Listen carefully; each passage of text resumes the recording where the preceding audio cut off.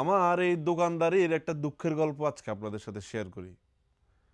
আমাদের শোরুম থেকে মানে ছোট যখন দোকান ছিল অলংকারের, সেখান থেকে একজন রাজনীতি করে এমন একজন লোক এসেছে শপিং করতে আমাদের গ্রাম থেকে। তা আমাকে পছন্দ করে। তা আমি তাকে আমার মনের মতো করে কিছু টি শার্ট, কিছু জিন্স প্যান্ট, কিছু শার্ট দিছিলাম, সেটা কিনছে। তার সাথে একটা ভালো সম্পর্ক হইলো, কথাবার্তা হয়ে চলে গেছে। কিছুদিন পরে আমি ফেসবুকে নিউজ ফিডে দেখলাম সে লোকটা মারা গেছে।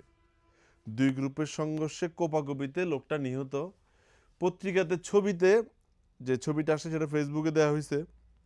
সেখানে ও যে ড্রেসটা পরা অবস্থায় ছিল সেটা ছিল আমার থেকে শপিং করাই একটা টি শার্ট। আর জিন্স প্যান্টটা যেটা ছিল সেটা আমার শোরুমেরই প্রোডাক্ট। এটা দেখে আমি খুব মানে কষ্ট পাইছি, হৃদয়ে রক্তক্ষরণ যেমন হয় যে লোকটা মারা গেছে, অথচ কিছুদিন আগে আমার সাথে দেখা হয়েছিল।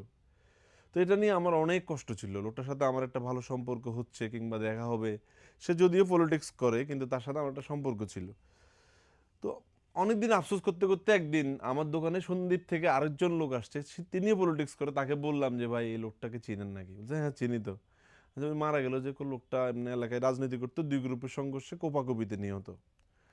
তো পরে আমার একটা আফসোস লাগছে, এটা নিয়ে আপনাদের সাথে কিছু কথা বলতে চাই। যে আপনারা যারা এভাবে পলিটিক্সকে মধ্যে নিজের জীবনকে বিলিয়ে দিচ্ছেন কোনো কিছু না বুঝেই, আলটিমেটলি এটার ফিডব্যাকটা কি? আপনার বাবা মাকে যে আপনাকে ছোটবেলা থেকে যত্ন করে ভালোবেসে বড় হয়ে মানুষের মতো মানুষ হবেন, এরপরে আপনি একটা টাকা পয়সা কামাবেন, তাদেরকে চালাবেন, একটা সংসার হবে আপনার, তাদের তো স্বপ্ন ছিল এরকমই।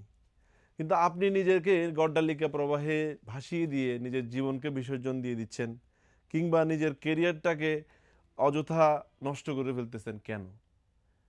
যদি এটার কোনো ভালো পজিটিভ রিভিউ আপনি পেতেন তাহলে সমস্যা নাই, এটা নিয়ে আমাদের কথা বলার মানে এত বড় কথা বলার অধিকার নাই। কিন্তু এতটুকু তো বলতে পারে যে আপনার জীবনের দাম এইটার চেয়ে অনেক বেশি আপনার পরিবারের কাছে। তাহলে শুধু শুধু নিজের এই সুন্দর জীবনটাকে কেন মানে কুপথে কিংবা ব্যাপথে ব্যয় করছেন? আপনাদেরকে বলে রাখি, আমাদের নিজস্ব মানে যত্ন সহকারে প্রোডাকশন করানো কিছু ব্র্যান্ডিং টি শার্ট আসবে খুব শীঘ্রই। আপনারা আমাদের সাথেই থাকুন। আরমানি এক্সচেঞ্জের এই ফেব্রিক্সগুলো হবে জিএসএম 300। এটার মধ্যে আরমানি এক্সচেঞ্জের থাকবে দুইটা কালার এবং তিনটা কালার থাকবে, এবং আমি যেটা পরে আছি যারা সেটাও আসবে। এটা কিন্তু ক্রিটিক্যাল ফেব্রিকেশনের মধ্যে।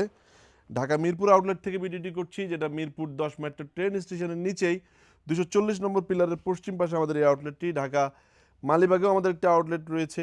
চট্টগ্রাম জিসি চট্টগ্রাম অলঙ্কার আউটলেটও কিন্তু আমাদের হিউজ প্রোডাক্ট রয়েছে। আপনারা যদি আমাদের আউটলেট ভিজিট করেন, শার্ট পেয়ে যাবেন, টি শার্ট পেয়ে যাবেন, শীতের আইটেম পেয়ে যাবেন প্রচুর। এই সেগমেন্টে সোয়েটার, হুডি, সোয়েট শার্ট পেয়ে যাচ্ছেন। এবং এই সেগমেন্টে আমাদের কাছে প্রচুর প্রোডাক্ট রয়েছে যেগুলো কার্গো প্যান্টের।